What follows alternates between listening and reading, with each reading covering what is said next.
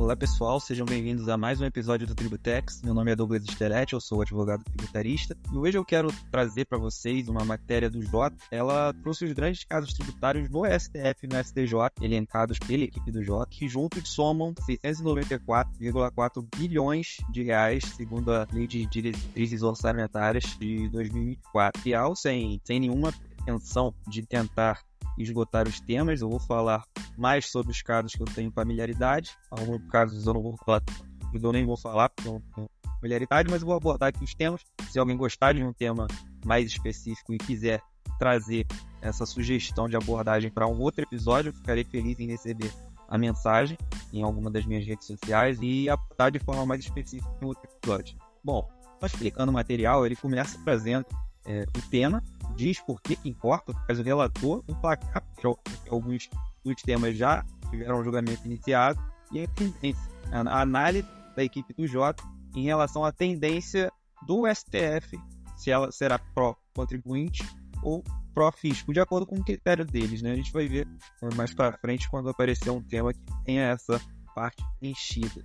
Tá? E o primeiro tema que eles trazem é o PIS e a COFINS em suas próprias bases de cálculo. Então, a gente está falando muito de reforma tributária, que a reforma tributária vai fazer com que o tributo deixe de incidir sobre ele mesmo, porque hoje a gente tem alguns tributos que incidem sobre ele mesmo, ou seja, você tem a base de cálculo, você tem a alíquota, mas para você chegar ao valor do tributo, não basta você aplicar a alíquota sobre a base de cálculo, você tem que inserir o tributo ali, fazer um grossar, para poder chegar ao valor efetivamente devido, né? Como se é daí que você tira essa conclusão de que o tributo incide em sua própria base de cálculo. Só que, em relação à minha impressão sobre esse tema, né, a gente teve a questão do ICMS na base de cálculo do PIS e da COFINS, que o STF autorizou a retirada, disse que é inconstitucional a inclusão do ICMS na base de cálculo do PIS e da COFINS, e aí os contribuintes ganharam. Então, foram feitos alguns cálculos e os contribuintes conseguiram se apropriar desses créditos, houve a modulação dos efeitos, mas esse impacto está sendo muito grande.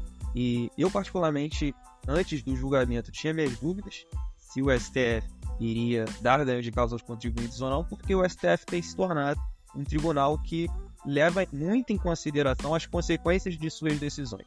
E tem utilizado, principalmente em matéria tributária, muito o instituto da modulação dos efeitos, e quase sempre de forma desfavorável ao contribuinte. Então, olhando essa tese do PIS e COFINS e suas próprias bases de cálculo, pensando que o impacto econômico vai ser muito grande, eu fico um pouco cético com relação a uma conclusão favorável aos contribuintes, não pela tese, mas por essas questões que o STF tem levado em consideração. E o Jota, ele diz, quando ele faz a análise do porquê importa, ele diz que está sendo discutida a inclusão do PIS e COFINS em suas próprias bases de cálculo e trata-se de uma tese filhote do julgamento que excluiu o ICMS da base de cálculo do PIS e da COFINS, como foi mencionado aqui, ainda não tem placar, o julgamento não foi iniciado. Consequentemente, na tendência, eles não chegaram a apontar nada, porque não teve essa votação iniciada, mas não sabemos se isso vai ser julgado amanhã ou daqui a 4, 5 anos, mas já é há muito tempo no STF. São contribuições que estão no cotidiano do empresário, dos advogados, de toda a sociedade há muito tempo. O impacto vai ser enorme se os contribuintes ganharem. A minha análise com essa tendência aqui é de que, se tiver um julgamento favorável, vai ter com certeza a modulação de efeitos, mas não estou muito confiante por conta dessas questões consequencialistas. Sem entrar na questão técnica. Seguindo, vem mais uma filhote do ICMS na base de cálculo. Vocês veem que são várias. E aqui é o ISS na base de cálculo do PIS e da COFINS. É a mesma situação do ICMS na base de cálculo do PIS e da COFINS, do PIS em sua própria base de cálculo. Aí você se pergunta, com certeza, então nós teremos um julgamento favorável? Eu penso que não, por conta dessas questões consequencialistas que vêm sendo consideradas pelo STF no momento de fazer os seus julgamentos, e considerando que o governo atual, e querendo ou não, a política acaba afetando os tribunais superiores, o Superior Tribunal de Justiça, o Supremo Tribunal Federal, tem esse impacto da política. O Executivo acaba indicando novos ministros, que tendem a ter uma visão mais pró-fisco, mais pró o que o governo está pensando. Então, não dou ganho de causa, mas essa eu acho bem mais parecida com a do ICMS na base de cálculo do PIS e da COFINS. Inclusive, em 2021, o placar estava 4-4, mas houve o destaque pedido pelo ministro Luiz Fux, e quando há o destaque, o julgamento volta a estaca zero, mas em razão desse placar que estava 4-4, a tendência apontada pelo Jota é de que a mudança da composição da corte pode afetar o resultado. Se bem que aqui não dá nem para dizer que vai afetar o resultado porque estava 4-4, mas entrando nessa questão da mudança da composição, aí volta ao que eu falei agora há pouco. Os ministros que entram tendem a ter uma visão mais pró-governo. E esse governo, principalmente o ministro da Economia, tem trabalhado para reduzir o impacto nas contas públicas. Ele não quer saber se a cobrança é constitucional, se é inconstitucional, ele só está levando em consideração a consequência. Chegou, inclusive, a comparar contribuintes a bandidos. Então, é um governo realmente que está empenhado em não perder nada. Seguindo para a próxima tese, créditos presumidos de ICMS na base de cálculo do PIS e da COFINS. Mais uma tese filhote. Essa aqui eu vou pular direto para a tendência. O placar estava 6-5 para afastar a tributação. Mas houve o pedido de destaque, também, assim como o ISS na base de cálculo do PIS e da COFINS, e não está muito claro se a composição se manterá, então o STJ aqui também não, o Jota não aponta uma tendência. Ele traz essas considerações de mudança de composição, possível mudança de composição, embora o placar estivesse 6-5 para os contribuintes, tem essas questões que devem ser consideradas e podem também resultar em uma piada aí, mas já é um panorama melhor do que as demais teses, essa dos créditos presumidos de ICMS na base de cálculo do PIS e da COFINS. Olha, sinceramente, se o ICMS for excluído, o crédito presumido não vai ser excluído, para mim deveria, tá? Mas sabemos que não é bem assim que funciona. Vamos agora a PIS e COFINS sobre receitas financeiras. Então, direto de constitucionalidade número 84. Bom, recentemente teve uma lei do governo passado que reduziu a alíquota do PIS e da COFINS sobre receitas financeiras, e isso basicamente está sendo questionado. O governo atual já aumentou essas alíquotas novamente e há uma discussão de constitucionalidade dessa nova lei. Em maio de 2023, o STF tinha referendado por 9-2 a liminar do então relator Ricardo Lewandowski, suspendendo as ações. Então o Jota entende que o decreto vai ser considerado constitucional e o aumento, consequentemente, também. A suspensão do decreto ali não seria uma violação, não haveria uma inconstitucionalidade. Seguindo para a próxima tese, e por fim, da alocação de bens móveis e imóveis. Bom, os recursos discutem a incidência do PIS sobre as receitas decorrentes de locações de bens móveis e imóveis.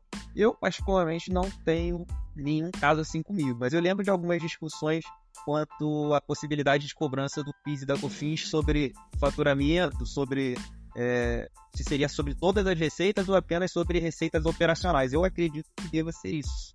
Como receitas de locação de bens móveis e imóveis, provavelmente são contribuintes que não possuem essas receitas como operacionais e estão reclamando da cobrança sobre essas receitas porque a legislação trazia uma interpretação que poderia ser por esse lado, que seriam apenas as faturamento, receitas operacionais. Placa 0-0 e na tendência o J traz que no RE 659412, em 2020 houve 3 votos pela tributação com base no artigo 195 da Constituição Federal e 2 a partir da Lei 12973 de 2014. O que acontece? A Lei 12973 de 2014 ela trouxe uma nova redação do PIS e COFINS e, de certa forma, alargou a base de cálculo, digamos assim, passou a englobar aí todas as receitas, tá? Então, por isso que aqui tiveram 2 votos. Tinha um voto que entende que a tributação já era válida antes da lei 12973 de 2014 e votos no sentido de que a tributação seria válida apenas a partir da lei 12973 de 2014. Então, a tendência é que o contribuinte perca, tá? Agora, vai perder a partir de quando? Desde sempre ou a partir apenas da lei 12973 de 2014? Vai catar 0-0 ainda, mas nessa ação específica de 2020, o STF já julgou a constitucionalidade da ciência do PIS e da COFINS sobre essas receitas na época, desde sempre, tá? Desde o artigo 951 da Constituição Federal. Seguindo para PIS e COFINS na base de cálculo da CPRB. Bom, é mais uma tese filhote que deriva do ICMS na base de cálculo do PIS e da COFINS.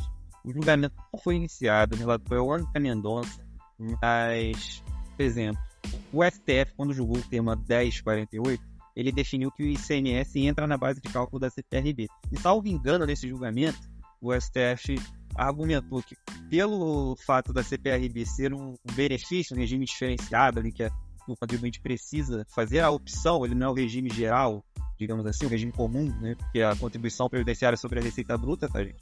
CPRB significa isso. Ela é um regime específico para determinados setores que podem optar por ele. O regime normal é a tributação sobre a folha, que incide sobre a soma dos salários, da folha salarial da empresa, ela tem que pagar a contribuição previdenciária patronal sobre a folha. A CPRB é um regime que faz com que a base de cálculo não seja a folha de salários, e sim a sua receita bruta. Então, empresas que possuem muitos funcionários, mas não possuem uma receita, uma margem de lucro tão elevada, acabam optando por essa contribuição previdenciária sobre a receita bruta, que também tem uma alíquota reduzida, embora sobre a receita, um outro base de cálculo. E, ao julgar o tema, me pareceu que a conclusão ali foi de que, como era um regime cuja opção é do contribuinte, o contribuinte teria que se sujeitar à forma de cálculo daquele regime. Me pareceu isso, mas confesso que eu não tenho tempo que eu não leio sobre esse tema, então pode ser que eu tenha deixado algum ponto importante passar. Mas é só para esclarecer que o PIS e COFINS na base de cálculo da CPRB tem esse adendo aí, né? Esse ponto de atenção, porque CPRB e ICMS na base de cálculo da CPRB já não foi declarado inconstitucional, tá? E seguindo, temos o tema 536, PIS e COFINS e CSLL sobre atos cooperativos. Esse aqui eu vou passar batido, não tive ainda contato com tributação sobre atos cooperativos, esse setor, né, relacionado às cooperativas e tudo mais, eu não tenho contato, mas a tendência presente pelo Jota, na verdade, é de que não há tendência. O julgamento não foi iniciado, pelo Luiz Roberto Barroso, o impacto é estimado de 9,1 bilhões, mas não tem uma tendência porque o julgamento não é iniciado, e o critério adotado pelo Jota, aparentemente, é a votação de outros recursos parecidos, julgamentos recentes do STF, para poder tentar prever um futuro próximo relacionado a esses outros temas.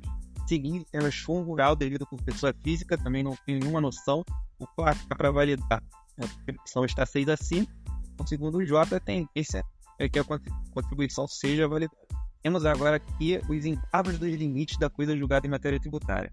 Bom, recentemente a gente teve o julgamento dos temas 881 e 885, em que o STF, é para ver aqui na hora de falar, porque alguns doutrinadores e algumas notícias vem tratando a questão sobre relativização da coisa julgada, mas isso foi algo que o STF buscou se afastar quando julgou essa questão. Ele disse basicamente que, olha, eu não estou relativizando a coisa julgada. A questão é que a coisa julgada em matéria tributária de trato sucessivo, o que é a matéria tributária de trato sucessivo? É quando você tem um fato gerador ocorrendo em diferentes momentos. Então o STF disse que a coisa julgada ali, ela é automaticamente invalidada, digamos dessa forma, quando há uma decisão em controle concentrado de constitucionalidade ou em sede de recursos submetida à sistemática dos recursos repetitivos em sentido contrário ao que havia ficado definido. Basicamente, há muito tempo atrás, algumas empresas conseguiram decisões favoráveis para não pagar a CSLL, que é a Contribuição Social sobre o Lucro Líquido. Essas contribuições, que todo mundo paga, essas empresas não pagavam por conta dessas decisões, que transitaram em julgado. E, por mais que isso tenha ocorrido lá em 2007, salvo engano, essas empresas continuaram discutindo e só agora o STF veio definir se elas teriam direito a continuar sem pagar ou não. Ou seja, teve uma decisão posterior em controle concentrado de constitucionalidade pelo STF validando a cobrança dessas contribuições, validando as leis que a instituiu, né, validando a lei que instituiu essa contribuição. Então a Receita Federal lavrou os autos de infração para cobrar esses contribuintes que não estavam pagando por conta das decisões, e os contribuintes se defenderam dizendo, olha, não vou pagar porque eu tenho uma decisão transitada e julgada, para você quebrar essa minha decisão, você tem que entrar com uma rescisória, enfim, tem que adotar os meios processuais adequados. Não é a decisão do STF em um controle concentrado de constitucionalidade que vai automaticamente quebrar essa decisão. Só que, para mim, o STF andou bem nesse julgamento. Ele valorizou a concorrência. Imagina, você tem uma empresa concorrente que não paga a contribuição social sobre lucro líquido. Eu acho que não tem nenhum empresário, nenhum advogado tributarista que não conheça a contribuição social sobre o lucro líquido. No máximo, um empresário desavisado ali do Simples Nacional, ou um MEI. Mas de resto, não tem como permitir achar que a coisa julgada ela tem tamanha força de impedir que essas empresas sejam cobradas e que passem a pagar como todos pagam esse tributo. Haveria um desequilíbrio concorrencial muito grande. Então o STF foi bem aí. E no caso, quando o STF estava julgando, ele analisou 2 recursos. Um dos recursos, a Receita Federal estava cobrando antes de 2007. Lavrou o auto de infração para cobrar o contribuinte referente aos valores que ele deixou de recolher no prazo decadencial antes de 2007. Foi a data que o STF julgou que a contribuição era constitucional. A outra empresa estava sendo cobrada do período posterior. Só um adendo, antes de 2007, mas obviamente que tudo depois de 2007 também. Tá? A outra empresa ela já foi autuada para pagar a partir de 2007. E o que o STF fez? Ele disse, não, realmente a coisa julgada ali fica automaticamente invalidada por conta dessa decisão que a sobrepõe, mas isso pode ser equiparado à instituição de um novo tributo. Então, quando a gente está falando de instituição de um novo tributo, tem que respeitar todos os princípios constitucionais, anterioridade, nonagesimal, anterioridade de exercício, enfim, todos os princípios que se aplicam ao tributo que foi julgado constitucional a partir de então, que nesse caso foi a CSLL, devem ser aplicados antes que a Receita Federal possa cobrar. Então, o STF foi justo também para o contribuinte. Ele disse, você não precisará pagar o que a Receita Federal está te cobrando para trás, antes de 2007, porque só em 2007 que aquilo foi validado, e mesmo assim, o princípio da anterioridade, o princípio da noventena, deve ser respeitado. Então, só a partir do esgotamento do prazo, a partir de quando efetivamente se a contribuição tivesse sido instituída ali e os princípios respeitados, que a Receita Federal poderia cobrar, é que o contribuinte, então, vai ter que recolher os tributos. E no pedido de modulação de efeitos, que agora vai ser julgado através desses embargos, o placar 7-2 para negar o pedido de modulação, eu acredito que os contribuintes estejam buscando, eu não li os embargos, tá bom? Quando a gente fala de modulação de efeitos, eu imagino que seja isso. Já que a gente está falando de coisa julgada, em que os contribuintes queriam não pagar realmente a CSLL, eles devem estar tentando jogar mais para frente ainda, validar o maior período possível sem a cobrança, sendo que na decisão já teve esse período fixado na observância, na data da decisão e na observância dos princípios constitucionais. Portanto, eu acho acertada a decisão, acho que não faz sentido nenhum modular os efeitos para a data do julgamento, por exemplo, ou outro período qualquer, porque quem está trabalhando no meio, e por mais que tenha sua crítica processual, por mais que alguns colegas defendam essa questão, eu acho imaginário você acreditar que o STF iria julgar esse tema de forma tão desfavorável para o fisco. E realmente eu concordo com a decisão da STF.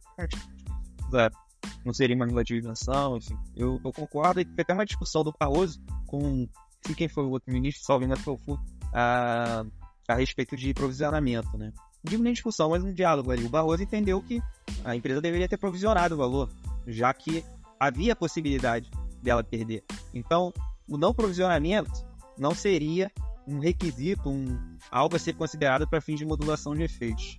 E já o ministro, salvo engano, Fux, se eu estiver falando besteira, vocês podem me corrigir mentalmente, já entendia que empresa vai provisionar uma decisão que transitou em julgado. O crédito referente a uma decisão que transitou em julgado. Mas isso daí eu concordo com o Barroso, porque se você tem autuação, você está discutindo a matéria, você pode provisionar, você consegue estimar o que você vai perder se a ação for julgada improcedente para você, né? Então não faz sentido nenhum essa questão também. Partindo então para o próximo tema, teto de alíquota para bens e serviços essenciais. Basicamente, a ADI questiona a Lei Complementar 94 de 2022, que instituiu o teto de alíquota para serviços essenciais, que é combustível, energia elétrica, telecomunicações e transporte.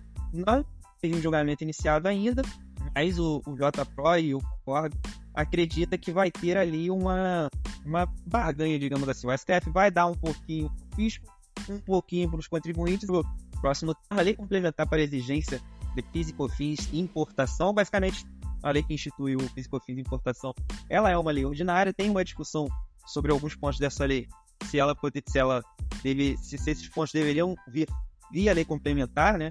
Questão de hierarquia das normas. Agora é um julgamento é uma lei de 2004, bilionários, 320 bilhões, né? A lei, só para você, desde 2004, 20 anos.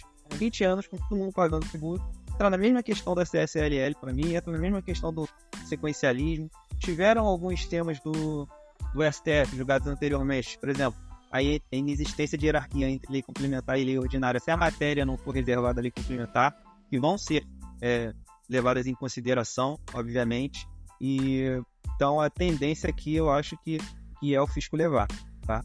Mas eu repito, sempre importante, principalmente em matéria de modulação e em tempos de modulação de efeitos, o empresário se posicionar em todas as teses que ele possa ser impactado positiva ou negativamente, porque o custo vai ser muito menor com um advogado do que com vendo o seu concorrente ganhar aquela tese e ele não.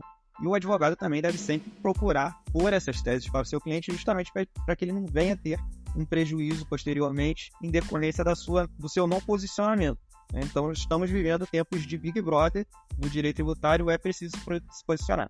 E seguindo em guarda sobre incidência de contribuição sobre o terço de férias. Aqui são os contribuintes que pedem a modulação de efeitos a 0 o placar estava 5-4 pela modulação, o impacto para os contribuintes vai ser enorme, a expectativa é que o STF dê uma modulação uma vez pelo menos favorável aos contribuintes, porque a grande maioria é modulação desfavorável, favorecendo ali ao fisco, né? E nesse caso a esperança é que o STF dê a modulação para os contribuintes, mas o placar até agora que estava 5-4 teve destaque, volta a estaca 0, com a manutenção do voto de alguns ministros aposentados, e vamos ver como vai dar, né, com a mudança de composição e tudo mais. Seguindo para o próximo, City Royalties. Também é um tema que eu vejo com muita frequência. Aí basicamente está discutindo a cobrança de CIT sobre o valor de remetidos ao exterior, título de royalties e remuneração de serviços técnicos e de assistência técnica. Aí aqui, normalidade, basicamente os contribuintes dizem que a cobrança está ocorrendo pela simples remessa, não se exigindo que haja serviços técnicos e de assistência técnica. Essa é a reclamação. A tendência que o J faz é de que o STF tem precedente de constitucionalidade da CIT Royalties pelos mesmos motivos trazidos no RX analisado. Então as chances de se manter esse entendimento são grandes, tá? Mas não teve o julgamento inicial até agora. E eu, como sou sempre pró-contribuinte, acho que o STF deveria dar de causa ao contribuinte. Partindo para a redução de percentuais do reintegra pelo executivo. Isso aqui eu vou passar direto, realmente não tenho contato, zero contato. A prioridade para a redução dos percentuais do reintegra. Mais uma do reintegra. Quem tiver aí contato com o reintegra, tem 2 testes aqui muito interessantes, aparentemente, né? Via de dados de clientes aos fiscos estaduais. Esse é um tema espinhoso e eu não concordo, mas tem decisões dizendo que não seria uma quebra de sigilo bancário, né?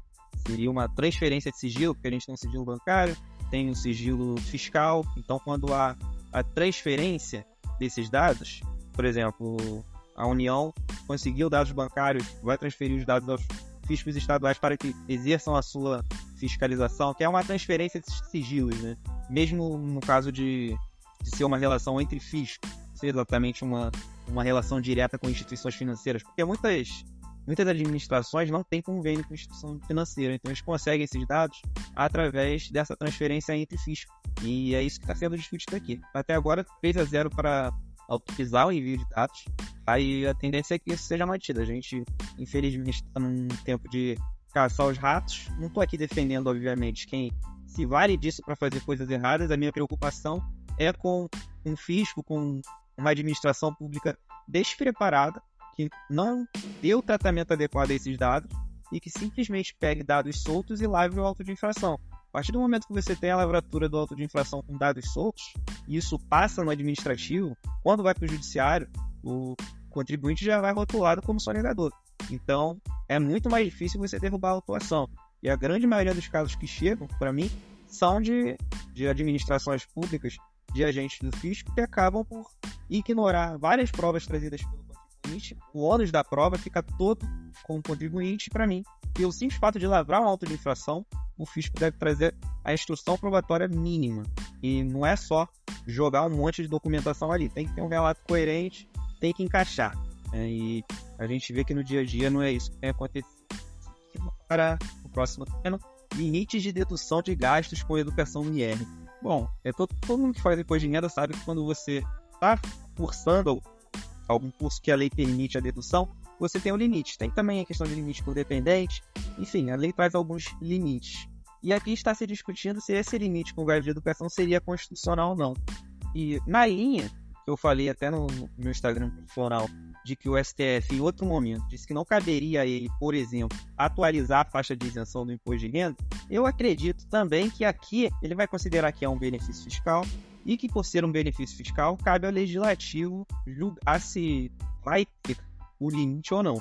A até agora tinha o placar de 1-0 contra os contribuintes para manter a limitação, mas teve pedido de destaque, foi zerada a votação, o placar foi zerado e vai ser retomado o julgamento, mas eu acho que a tendência vai ser essa, vai ser de validar, a menos que tenhamos uma boa surpresa. Seguindo para o próximo tema, a alíquota de 25% de IRRF sobre valores de residentes no exterior. Bom, basicamente o STF vai julgar a constitucionalidade da incidência da alíquota de 25% do imposto de renda retido na fonte sobre as pensões e proventos de fontes situadas no país, ou seja, a fonte é o critério da fonte. Quando a gente está falando de tributação internacional, o Brasil adota o critério da fonte, que é o que é produzido aqui vai ser retido aqui, diferentemente dos Estados Unidos, que tem um critério de tributação pela figura do cidadão, ou seja, não importa onde o cidadão dele está, ele vai querer tributar aquilo, né? O Brasil já adota o critério da fonte. E nessa questão de tributação do critério da fonte, tem essa alíquota de 25% do imposto de renda, que é retida quando a pessoa é residente no exterior. E isso vai ser julgado. O julgamento ainda não foi iniciado. Bom, alíquotas progressivas para a contribuição dos servidores. Se não estiver acabando, se esse aqui não acabar, eu vou parar um pouquinho, porque já está muito além. Ainda aqui nessas alíquotas progressivas para a contribuição dos servidores, basicamente, o STF vai analisar se é constitucional ou não essa progressividade de alíquota. E agora a gente também tem a progressividade de alíquota no regime geral. E a tendência é que seja definida pela constitucionalidade dessa progressividade de alíquota. Mas o placar foi bem zerado por um pedido de destaque. Bom, tem que não falar, mas pra gente entrar num tema aqui que é caro pra mim, todo empate para o contribuinte no CAR. O placar tá 5-1 para validar a regra de desempate. Na verdade, esse cara daqui eu acho que não vai ser nem julgado, tá? Mas quando eu digo que é caro pra mim, eu escrevi sobre isso em 2016 e as coisas foram acontecendo justamente da forma que eu disse que iria acontecer. É um bololô danado, é algo que, pra mim, o STF se esquivou de julgar e, mais uma vez, vai declarar ali a perda do objeto.